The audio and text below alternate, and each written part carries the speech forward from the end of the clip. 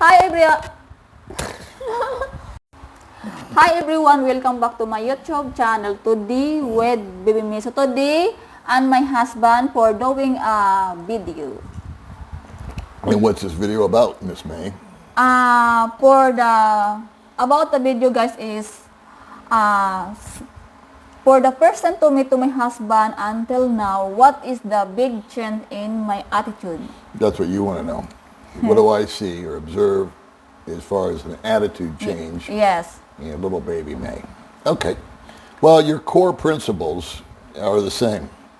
You're the same woman that you were 5 years ago today.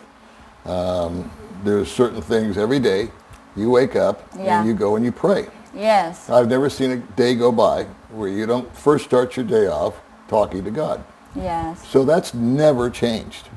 Every day you get up and you make the bed and you sweep the floor, and that's never changed. Yeah. And so, you haven't copped an attitude like I see with other women where they've been around for, I don't know, pick a time period, a month, a year, whatever, and all of a sudden they need a housekeeper and they need a maid or they need a this or they need a that.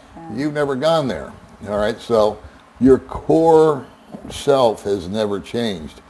But what has happened with you is your trust level has gone way up. Yeah. You never trusted me in the beginning. Yes, I always check the cell phone. And that's fine. And that's normal. That's just like a Filipina sport out here. It's part of their Olympics, is jealousy and envy and worry and fretting about what everybody thinks and what's going to be said and blah, blah, blah. And I thought it was interesting that whenever I would leave, you had like CCTV cameras set up, but they were human. And so this is a true story. She knew every waitress in every restaurant or bar or place that I went to. And she would run in and make friends with them real fast and let them know that her and I were a deal. This is when we were dating. And one time you stayed home for some reason and I went out. And when I came home, she told me what my day was. She goes, oh, so you went here and then you went there and then you met with so-and-so. And I said, how do you know all this? She was getting reports every hour by the girls. And the girls were really snarky. They're like, hey, your husband's here and he's not with you. Is everything okay? Are you guys all right? Did you break up? I mean, that's the whole thing. That's just a real weird dynamic out here. Yeah. Never see that in America. But that being said, you are extremely, just like everybody out here, every female is jealous. Yeah. And that has, thank God, toned down. And so if I bug out of here, she's got absolutely zero inclination to be concerned. You don't worry that I'm meeting somebody clandestinely or that there's some sort of thing going on or I'm doing something that I don't want you to know about. Because I'm a pretty boring fellow. I like to go and have my coffee and I like to go and shoot the breeze with my friends. Yeah. And it's something that would bore the tears out of you. So you know what I do. Yeah. I go down the street and 4 or 5 guys will get together every Thursday. Yeah. And we talk about the same crap over and over again. Yeah. And then I'll meet somebody else or I take care of some business, or it's just easier sometimes for me to go alone, especially if I'm on the scooter. Yeah. If I can zip in and zip out, and I don't have to wait for you, and I'm in a hurry and I get impatient. Yeah. But see how she's saying, yeah? She gets it. She knows that I'm not shunning her. I'm just trying to be efficient. And so that comes a long way. Your courage and your inner strength has grown. I think the word is confidence has grown a lot. After the Murder Paul, I have confidence for trust with you because I always pray to God and I said to God, God, please take care to my husband. I'm very trust to my husband because another Filipina, after married to the foreigner, always together because the other Filipina, she not trust to the husband because if the husband going outside, I think the husband is dating for another Filipina. That's why you see the other foreigner always together, the girlfriend or wife, because she's afraid. That's generally, there's two reasons for that. Generally, the relationship is still relatively new, so the girl's still unsure of her position. And even if they get married, you'd think that would seal the deal. You know, because what does marriage mean? Marriage means that no matter what, no matter how bad it gets, I'm not leaving. And so you know that. Yeah. And that's the deal. We made a pact with God. Yes. We made you can't get any higher authority than that. And so it means, no, I will not abandon you. No, I will not mistreat you. No, I will put you first, right after God. Yeah. And that's the deal. And I think that just reassures both parties. I never had any reservations about you. I never once ever did it cross my, I don't think I've looked at your phone 5 times in the 5 years that we've known each other, going on 6. But I saw you I've never even been curious. I don't even care. I mean, I have told you to go ahead and accept other guys as friends because of the YouTube channel. I said, you know, it would help you on Facebook. Yeah. Of course, that backfired on me because I told her one time, she came out with her phone. She goes, look, I got 1,000 friend requests, all from men. And I said, well, why don't you accept them? And she goes, no, you're my husband. I don't need to make friends with other men. Well, I respected that. But I told her, I said, look, these guys probably follow your YouTube channel. And if you want to promote your channel, you can post the latest video on Facebook. And if these guys are your friends, they'll see it, and there's a better chance that they'll watch your video. Yeah. Well, she says, I don't feel good about that. I said, well, I'll tell you what. Accept 5, and I promise you, nothing bad's going to happen. So she said, okay, I'll do that. So she walks in the house, we were outside, and she screamed when she got in the house. It wasn't 30 seconds had gone by.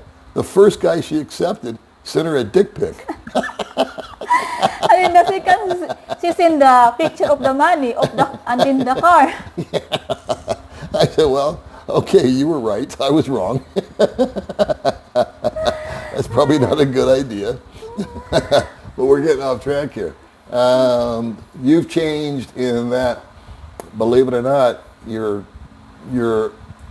conquering all the time. I always see you going through walls, and it's all mental with you. It's all your thinking. Yeah. You, as most of us are your own worst enemy. I'm my own worst enemy, and no one's harder on me than me. And May makes her mind up to do something, she does it. It's getting her to that point that she just forgets what she's scared of, puts that out the window, and just goes for it. It was a year between you first riding your motorbike before you got on it again. And one day, this is a true story too, I bought her a motorbike for Christmas. She drove it, she crashed it, she was scared, and we just parked it. I drove it every now and then just to keep it moving.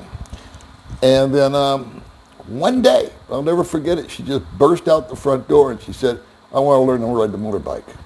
And the next 2 days later, she was zipping up and down the road here. And now she runs everywhere. She puts the dogs in a bag, hangs them on the hook, and goes cruising out to Darwin, all the way up the highway. No worries, right? Yeah. And it was all mental. Yeah. And the same thing with English or doing live stream. Yeah. You were scared out of your brains to do a live stream. Yeah, even with before. me. Yeah. If I got up and left a live stream and left you alone, you would freeze, right? And now every day you're up there jumping around in a pair of shorts, doing exercises and yapping at everybody, just like they're best friends. I don't know what happened there, but one day it just clicked in, and she said, I'm going to do live streams. I said, well, okay. So it's done nothing but improve your English. Your English is actually pretty damn good. However, the pronunciation is tough. There's words that you just can't say, And I'm not putting you down for it because I can't speak an inch of your language. Yeah. So you have been the one to carry the weight and learn to communicate with me. And we had tough time. We still have tough times communicating. There's still every day we ask each other, we don't know what we're talking about. They have sometimes I could pronounce the English, and then they have sometimes my English is like a Chinese, right? Yes. Yeah, so there's just good days and bad days, but we all have those. Yeah. So anyway, that's where I think we're at. I think that, you know, you've shown a big growth pattern, and I look forward to the next year, and then the year after that. It's hard to say that when you're married or been together with someone as long as we've been together. I don't feel bored or uninterested or it's I feel just as cool around you today as the day we met. In fact, even more so. And I think we learn from one another. You teach me, for example, you teach me not to be so trusting. Yeah. We meet people, and I'll just kind of explain this. We meet people, and me, I'm kind of the pushover. I'm the guy that just wants to like you, you know, to begin with. I want to have an open mind. I give everybody the benefit of the doubt. May is much more critical. And so we'll go meet a couple, for example, and I'd say 2 out of 10 where she walks away and says, yeah, they're cool. And I'm paraphrasing there because she doesn't talk like that. But she usually can pick up on things that I don't. And I've got to give it to her that she's been right more than she's been wrong. And I've been wrong more than I've been right. And so she could see just by people's actions, their body language, the way their appearance, and she picks up on some stuff that I guess it's woman's intuition that I don't see. And I've learned from her that I need to be a little less open with people when I first meet them. I need to keep my guard up a little bit more. We have friended people, gotten very close to them, and had them turn on us to the negative. Yeah. Kind of the old backstab thing. And I was explaining to May earlier today, we were just having a conversation about English and about words. I was telling her about the word agenda. And I said, everybody has an agenda. You have an agenda. I have an agenda. The person watching right now has an agenda. And the agenda is about me. What will you be able to do for me? And you do it, and I do it, and they do it. It's just the intensity level of that agenda. And so you and I have been used to some degree by other people for various reasons. Yeah. Guys are always wanting to use May and trying to be nice to May or send her something silly like $5 on PayPal. And then they say, I want to meet that girl that you had on your channel. They send it to me too. Not money, but they'll say, hey, I want to meet so-and-so. And our answer is, no, we're not a dating service. Yeah. She's interviewing these girls, and it's pretty basic stuff. Where do you live? How old are you? Are you single? Are you dating? What about your college? What about your family? Pretty basic stuff. And some of them are just drop dead gorgeous, and other ones are just plain Janes. So, but the drop dead gorgeous ones always get all the attention, and that is something we're trying to rethink because it almost creates more grief than it's worth. We like the ladies, and we have found out that the ladies that have been on your channel or my channel, they're not totally transparent either. Some of them are feeding us a line of you know what, because they have what? An agenda. They want to get something across. I don't know how many girls have met foreigners from your channel. Like 4 or 5 people have been married. 5. 5 got married, right? Five people got Five married people, off of yeah, her channel. from my channel. And then we were, after guess that, what? We were never invited to the wedding. After that, she blocked me in the Facebook. Yeah, that's it. It's like, No, okay, thank you. thanks. All right, we're out of here. Yeah, I got what I wanted. See you later. Bye. No, thank you. No, thank you. No wedding invitation. No, nothing. And it's like, wow, that's weird. And to this day, I just can't understand that, but I can understand it. Is that they came into it with, an agenda that wasn't all that honest or upfront, and they knew what they were doing when they went on the channel, and they pulled it off, and we don't know if they're lying or not. We don't know. We just take people at their word. You've always been impressed when we meet with somebody and they offer, they don't do it. We usually don't let them do it, but they offer to buy our coffee. Yeah. That impresses you. Yes. And it's like, no, we're cool. We already got our coffee. You already got your hot chocolate. Yeah. But May picks up on that. She goes, well, now that was nice. That was him, saying your time is valuable and we value you coming to meet us or talk to us because we've been watching you and we want to ask you some questions. We turn down a lot of lunch invitations. Yeah. We just don't go. Because then we feel obligated, like we're being paid to go. I know another vlogger that will only go to lunch if somebody's paying for it. But that's his thing, not mine. And so there's where we're at. We tend to distance ourselves from those that we discover over time.